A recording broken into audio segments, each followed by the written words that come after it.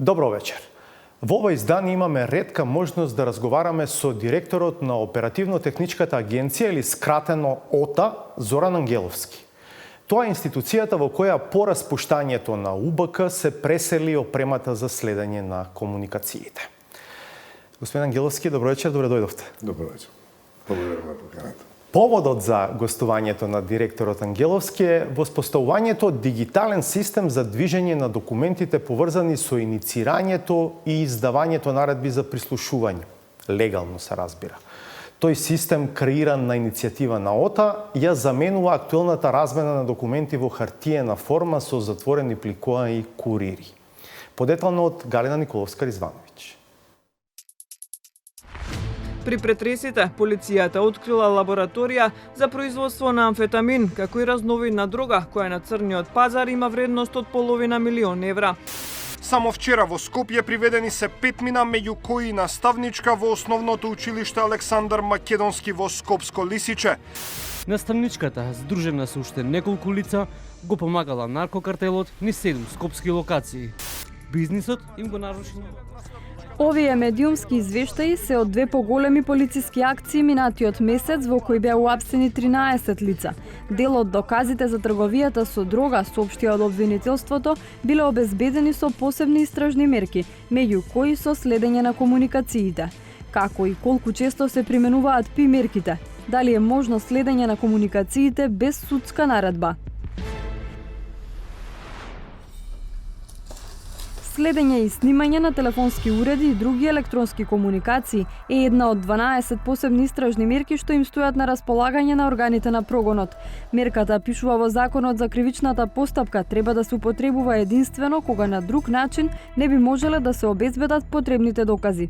Обвинителот и шеф на Скопското обвинителство Гаврил Бубевски објаснува дека станува збор за инвазивна мерка, која се користи во исклучителни околности. Барањето за следење на комуникациите се испреќа до судијата на претходна постапка која издава наредбата. Она што е важно за оваа мерка, како што потенцира Бубевски, е брзината. Носењето на пошта од орган до орган, заведувањето на сето тоа прави одредени импликации во временски рокови. Овде се работи за часови, затоа што давањето на подкуп се случува сега во 3 часот. И не е утре или за 2 дена. Актуелниот начин на обезбедување наредба за следење на комуникациите, како што објасни и Бубевски, се одвива исклучиво во писмена форма. Барањето од МВР или другите органи што имаат право да ја предложат мерката во запечатено плико оди до обвинителството, а оттаму во судот кој издава наредба. Потоа анонимизирана наредбата повторно во затворено плико се проследува до Оперативно-техничката агенција ОТА. Таму се активира следењето на комуникациите. Одлуката дали снимените разговори ќе послужат како докази е кај јавниот обвинител. На иницијатива на ОТА сега процесот се дигитализира, со што се намалува учеството на човечкиот фактор во безбедноста на податоците. Кога мислам на безбедност, мислам пред се на самото барање, на самото поднесување на наредбата и издавањето од страна на судијата, бидејќи во овој целокупен процес се вклучени многу актери, и тоа суди и јавни обвинители, понатаму полицијата, и целата на самиот процес на дигитализација е минимизирање или минимално учество на субјективниот фактор, се со цел безбедноста да биде поставена на високо ниво. Со дигитализацијата, институциите се поврзуваат меѓусебно во издвоена мрежа која не е на интернет и има единствена намена – размена на податоци меѓу корисниците на системот за следење на комуникациите. Целиот ланец, од предлог преку барање од обвинителството, одобрување од судот до активирање на следењето на комуникациите од ОТА, се одвива преку овој систем. Сите вклучени институции пристапуваат дигитално на така наречен клауд или облак кој не е поврзан на интернет. Во системот се вклучени ОТА, потоа МВР, финансиската полиција, царинската управа, АНБ и военото разузнавање како предлагачи на ПИМ. Потоа Републичкото, Скопското и Обвинителството за гонење на организиран криминал и корупција, од кој треба да дојде барањето и Кривичниот и Врховниот суд како издавачи на наредбите за посебни истражни мерки. Инспекторот, обвинителот и судијата на претходна постапка вклучени во процесот, може да му пристапат на системот само од специјална просторија во нивната институција. Во неа може да влезат само лица со посебно овластување.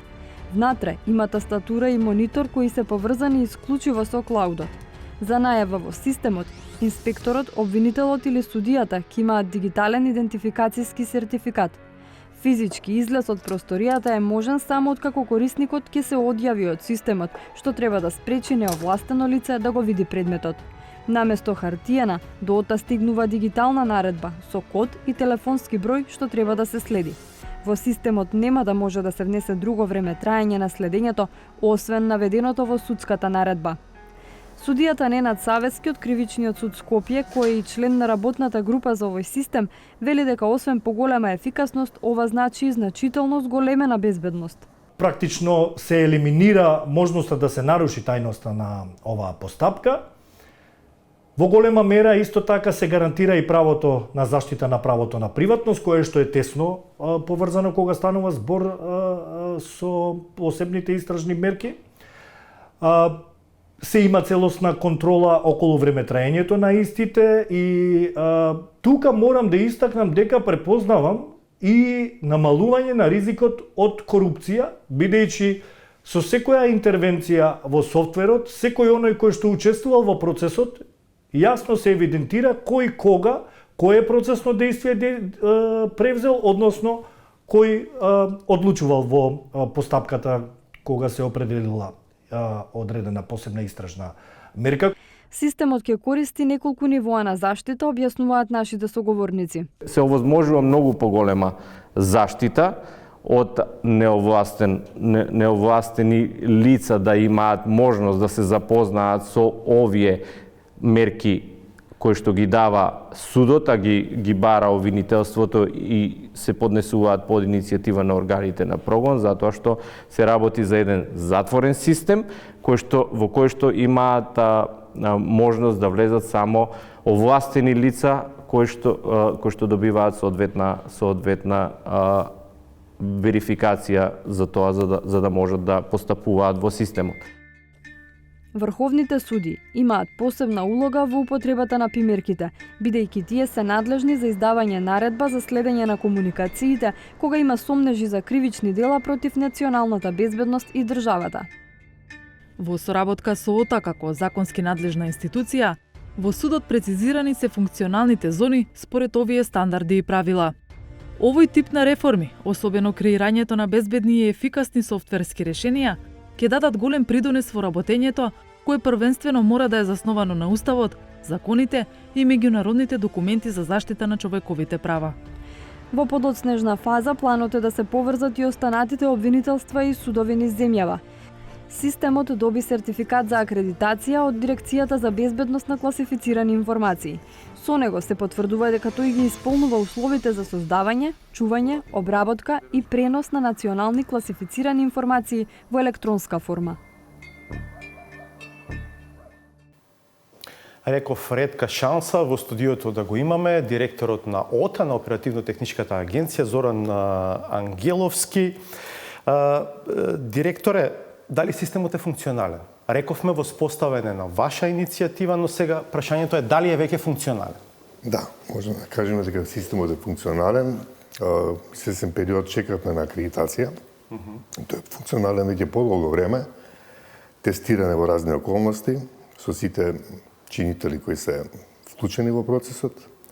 Поминати со соодветни обуки за да можат корисниците на правилен начин да користат системот. И целта беше да целокупниот процес се дигитализира и се заокружи во една целина, затоа што до сега недостаток беше тоа што наредбите во ОТА стигнува во писмена форма. Најчесто имавме проблеми со грешки во креирањето на така наречениот LI број. Беше предвидено со законот е предвидено да наредбата има свој идентификацијски број, без кој не може да се активира мерката. Тој идентификацијски број е на некој начин алгоритм.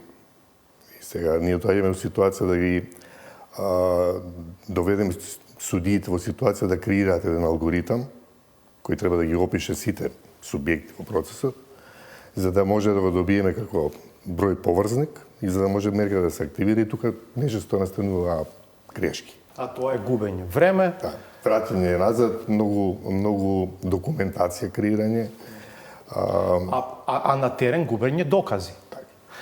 Што значи тоа што целиот систем не е поврзан на интернет? Во таа терминологија има една фраза dark fiber.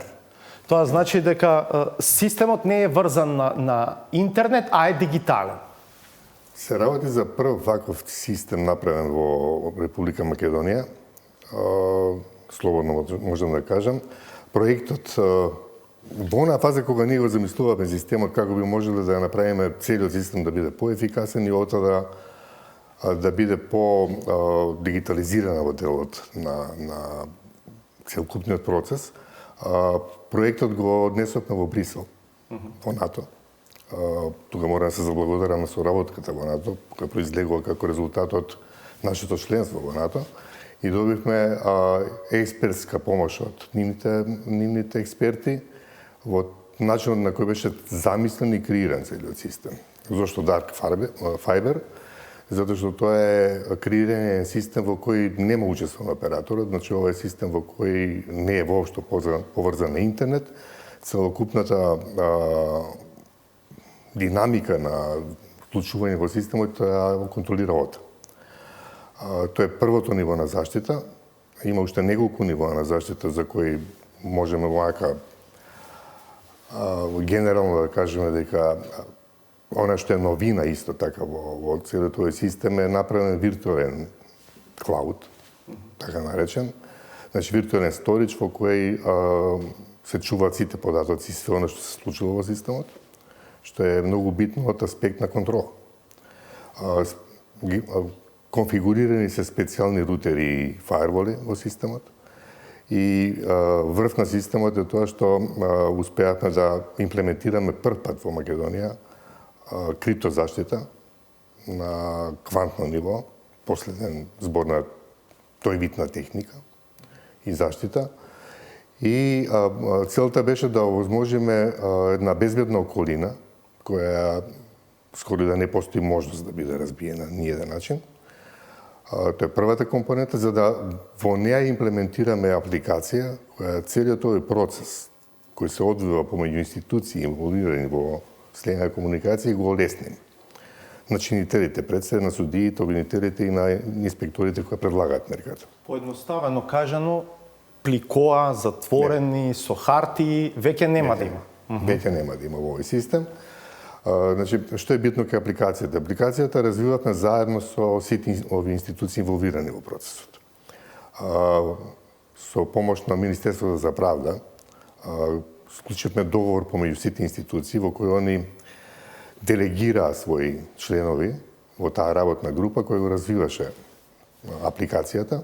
Целта беше да направиме така наречена user-friendly апликација за да процесот на креирање на наредба и процесот на спроведување на наредбата до ОТА максимално се дигитализира. Со дигитализацијата се избегнуваат сите грешки што евентуално од несакање би можеле да настанат во процесот. Во апликацијата се поставени сите неопходни алатки кои треба да ги имаат чинителите во процесот, почнувајќи од законите, предвидени се сите законски, сите членови од законот кои може да послужат како основ за активирање на мерката, сите темплеити или образци кои се потребни да се генерираат во целиот процес кој досега се правеше во хартија, се исто така ставени во апликацијата. Со еден збор, целиот процес е максимално забрзан и максимално безбеден. Можни ли се сепак злоупотреби? Има ли ризици од злоупотреби? Сведени се буквално на минимум. Значи, злоупотребите во овој систем за буквално невозможно да се направат, затоа што се тоа, како што веќе претходно истакнав, се чува во виртуелниот сторидж во ОТА. Нема начин да тоа било што се промени внатре. Сите податоци се криптирани соодветно и нема начин на кој може неовластено да се пристапи до нив Од тука злоупотребата речиси невозможна. И она што е најбитно за нас во ОТА, пред сето ова многу е лесно контролата. Значи, ние сме сега во ситуација да им понудиме на парламентарната комисија за следење на надзор во следење на комуникациите, да нивниот експерт може брзо и лесно да пристапи во системот во ОТА и да провери во речиси 15 на минути дали е све во ред. Да ги провери сите логови согласно законот за следење на комуникации, согласно надлежностите што ти ги има. До сега тоа се правеше пешки. Се споредува харти. Да, до сега комисијата имаше прилика да го гледа само примерокот од наредбата што е наменет за неа. Во хартиена форма, но беше тешко за нив да ги гледаат логовите, затоа што тоа подразбира дека треба да ангажират експерт. Таа постапка е веќе во финална фаза, мислам дека денови веќе биде сето тоа завршено во парламентот, ќе биде ангажиран експертот. Овој систем е прилично битен затоа што на експертот ќе му овозможи да контролата и надзорот врз логовите и сето она што го предвидува законот ги направи многу лесно. И ќе можеме, она што стално го повторувам, да добиеме независно мислење дали е све во ред, затоа што не е доволно да ја или било кој од чинителите излегуваме во јавност и викаме дека е така, велиме дека е така, а немаме реална контрола на сите тие системски логови и целиот процес од страна на парламентарната комисија и од страна на контролните тела, во случајот тоа се обвинителската и судовите. За држава што преживеа таква травма со масовното прислушување, тоа беше најмасовно и на кој претходно имаше случај. Не беше прв пат. Држава во која што секој ден слушаме за некакви проблеми, скандали во правосудниот систем, ова звучи неверојатно. Како вел, too good to be true. Да бидам искрен, целиот процес го почнавме пред отприлика 3 години. Значи, во оној момент кога се соочивме со сите овие проблеми со хартиена форма, каснење на наредбите и слично, кога решивме да го правиме, звучеше стварно како невозможна мисија. Поготово овие услови, затоа што еден дел од соговорниците стално велеа како ќе успеете да ги вклучите сите, да сето тоа се развие, да се направи таа апликација, да сите чинители учествуваат активно во процесот. Патем, не сте инженер, тоа е многу интересно, а идејата доаѓа од вас. Не е битно дали сте тука инженер, треба да сте менаџер. Морам да истакнам дека вработените во ОТА дадоа максимален придонес. Членовите на работната група која беше составена на вистина одработија работата многу ефикасно и брзо, зачудувачки.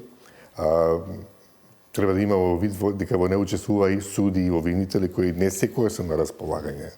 Тешко се обезбедува време за еден ваков тип на активност и сето тоа требаше да го составиме заедно со програмери кои ја развиваа апликацијата.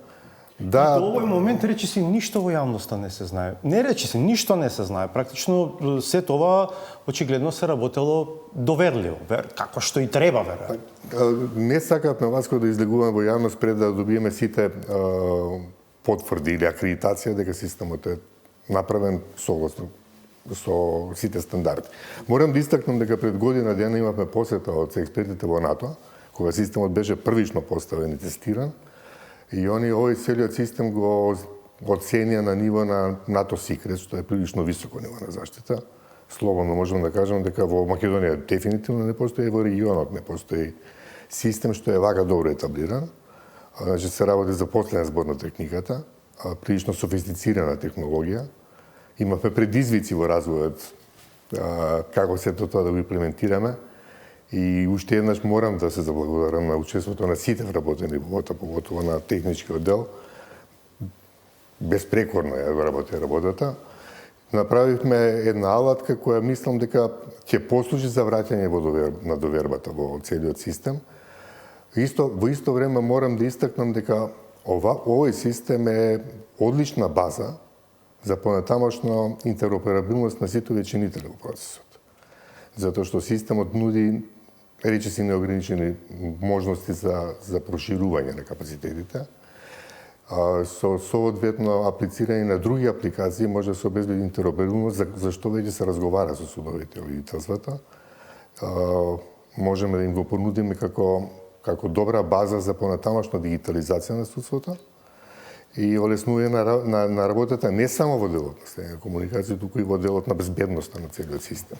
Уште еднаш, во сите институции кои што имавме шанса и да ги видиме на таа една импровизирана шема за тоа како се поврзани нели на тој клауд, има специјални простории во кои што прво постојат високи безбедносни мерки за тоа кој може, како пристапува, како му пристапува на системот. Чувме и во историјата дека во тие простори практично има само тастатура и монитор, нема никаков сторич на кој што останува било што од тоа што се работи, нема хардвер, за да нема злоупотреби, да нема можност било кој потоа пак да седне евентуално на истата тастатура и монитори да проба да пронајде било што како трага. Значи, системот е така концепиран да е контролиран од аспект на самиот пристап во просторијата, со соодветни контроли на пристап. Секој од корисниците има своја картица, своја картичка со која може да пристапи во системот. Таа картичка е одмер предконфигурирана да може да му даде пристап само до определени зони во системот, согласно законот за следна комуникација и согласно законите и подзаконските акти во секој од институциите. Она што морам да го истакнам, секој од институциите има така наречена своја леја, која е заштитена и никој друг чинител во системот не може да види што се случува во таа леја, вклучително и ОТА. ОТА нема пристап до податоците што се во системот. ОТА има пристап само до дигиталниот запис што доаѓа по форма на судска наредба суд. Ова е многу битно. Зошто? Затоа што следењето на комуникација е прилично жива материја во која технологијата води многу брзо напред. Ние сме во овие 4,5 години во перманентен апгрейд. Значи перманентно мораме да го надградуваме системот за да на некој начин бидеме во текст со настаните што се случуваат во телекомуникацијскиот сектор. Провизионирањето, односно внесување на параметри во системот рачно представува голем проблем. Ова ни овозможува да самата наредба ја добиеме во дигитална форма од судот, затоа што е така подготвена.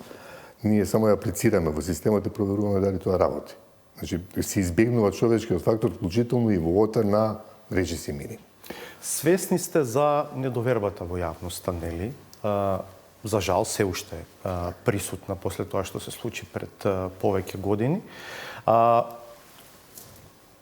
Може ли сега да постои нелегално прислушување во земја? Периодично се појавуваат овие приказки пред се на интернет и по социјалните мрежи. Морам да истакнам дека сметам дека се ова несериозни толкување на една материја која е строго детерминирана, строго контролирана. Значи, следењето на комуникации, ова ми е второ гостување на телевизија од моето именување. Во првото гостување кажав дека се работи за еден вид на специјално оружје. Значи, ова е прилично моќно оружје, алатка која за да ја обезбедите, за да ја купите, се параат посебни лиценци, посебни дозволи и од земјата производител и од нашата земја како увозник, мора да ги обезбедите нив. Тоа е опрема која не може да купите на отворен пазар и не може да ја креирате на отворен пазар, пошто се работи за високо софистицирана технологија и мал број на инженери ги знаат овие системи како функционира. Дали ова важи дури и за така наречените недемократски системи? Па секако да, знаете, неретко се случува, има такви афери дека одредени земји кои не може да ги наречеме демократски имаат пристапи и купиле некакви системи. Пазарот е строго контролиран во смисла да постојат специфики. Поголемите држави имаат своји системи кои сами ги развиваат и има одреден пазар на кој учествуваат неколку фирми кои се производители на ваков тип на опрема, но морам да истакнам дека секогаш без исклучок се бараат соодветни дозволи за пристап до таков систем. Факт е дека државите може да го купат системот. Може ли да постои... Но не може да го купи приватна компанија или некаква групација од, не знам, терористичка групација или криминална здружение. Буквално е невозможно да добие пристап до Може ли ваков да систем. постои парасистем во стан, во Скопје? Тоа е исто као сега да пуштиме приказка дека во стан во Скопје некаде се прави операција на отворено срце или се пресадува срце. Толку е софистицирана технологијата да пристапот до оператор е речиси невозможно да го направи неовластено некој од надвор. Прво се работи за многу специфична материја во која мал број на инженери, вклучително во операторите, знаат тоа како се изведува. Тоа се специализирани компании кои го конфигурираат пристапот во операторот и го контролираат. А феноменот на така наречени жолти комбиња? Повеќе се работи за мит, Васко. Знаеш, жолтите комбиња се исто така подложни на проверка. Не може секоја организација да купи жолто комби, така наречено. Има ли жолто комбе во Македонија? Според мои сознанија не. Не активно. Не можам да го... Се работи за мерка која не е поврзана со тоа. Тоа е во оној дел на следење на комуникација без посредство од операторите. Тоа АНАБ го доби како надлежност. Прво, тој тип на опрема е многу тешко да се набави. Прилично е скапи софистициран. Второ, подразбира учество на голем број на лица во целиот процес. Значи, не може да предпоставиме дека еден човек или двајца со комбето ќе може да направат некаков пристап до системи да следат. Се работи за така наречена оперативна акција во која учествуваат повеќе чинители, повеќе оперативци, повеќе аналитичари, повеќе репродуцери. Значи, бројот на лица инволвирани во една такава операција е прилично голем и не е едноставно да тоа организирате. Настрана што се работи за со еден ризик кога тоа го правите. Така да, сите овие приказни што периодично се појавуваат во јавноста, се веројатно производ на некаква фасцинација на јавноста со сите овие случувања во минатото, не само овде и во регионот. И очигледно дека ова е некоја вечна тема за која стално се зборува. Да. Моje последно прашање може и не мора да одговорите. Дали освен сигналот од телефонот од операторот, ОТА може да обезбеди следење на комуникациите на интернет, така наречените модерни алатки, не знам, Viber, WhatsApp, сигнал и така натаму. Како што кажа претходно, тоа е во перманентен апгрейд на системот, кој трае веќе подолго време. Законска обврска на ОТА е да обезбеди следење на комуникациите согласно членовите од Закон за следење на комуникација, што подразбира следење на секој тип на комуникација. Тоа е приказка без крај. А вие се трудите да следите? Да. Тоа е законска надлежност и обврска. Да им овозможиме на органите да може да следат секаков тип на комуникација. Добро, благодарам што бевте дел од 360 степени. Благодарам на вас на поканата. Одиме на реклами, а по нив е новата саботажа.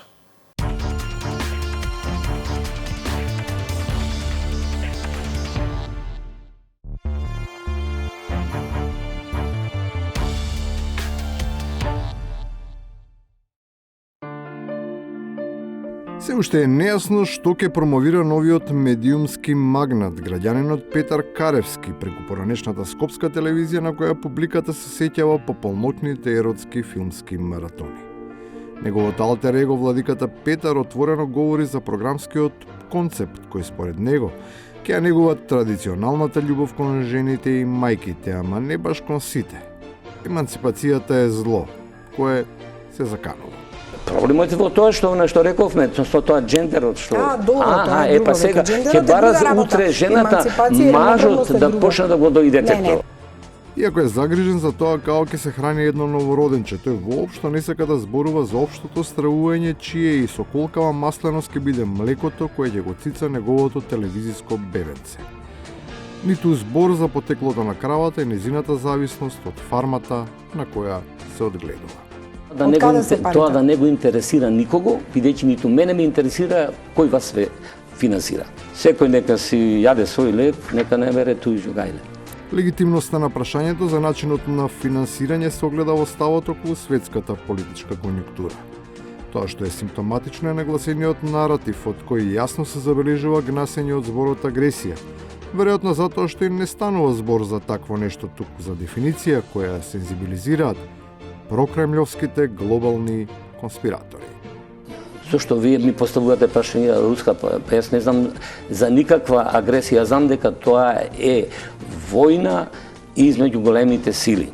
Поради дискутабилниот идентитет, нејасно е дали се работи за став на газда на медиум или позиција на владика, можеби и на црквата. Исто како што е мистерија дали глорификуваниот српски томос е небитен, оти пред да биде даден. Човекот со истиот лик и глас глаголеше нешто сосема спротивно од тоа што сега го говори. Од Седмиот Вселенски собор наваму, сите помесни православни цркви автокефалија добиле, односно томос за автокефалија добиле од Вселенската патриаршија. Тоа практично значи дека цели 1936 години без подпис од Константинопол, ништо од бизнисот. А таму проблем е тоа што всушност е товар цело време. Етнофилетизмот кој е во директна колизија со црковниот идентитет, но поради руско-српската шема се продава ефтин патриотизам кој девалвира кога ќе се соочи со собствената контрадикција. Пораката на Српската црква е договорете се како тие ќе ве именуваат. Ние ве именуваме Македонска православна црква. Русите велат ние ве именуваме Македонска православна црква. А кажавме како досега бил ставот околу признавањето на црквите од страна на Црквата патриаршија, дека било признавањето според градовите, односно седиштата на автокефалните цркви. Но кај нас седиштето било во Јустинијана, Примака и Скопје и седиштето било во Охрид. Тие се седиштата на нашите признаени досега автокефални цркви. И на крајот, за вистинското вистинолюбство на вистинолюбивите. Имаме измени дополнување на уставот и со последните измени дополнување на уставот викарните епископи не се членови. Во меѓудобно време добив информација дека не е менуван уставот на МПЦ. Тешко е да се биде газда на телевизија, но уште поголема одговорност е да се биде верски лидер. Едниот би требало да се бори со лажни вести, другиот сам со себе. Тука завршуваме. Бидете со нас и в понеделникот 22:20. Пријатно.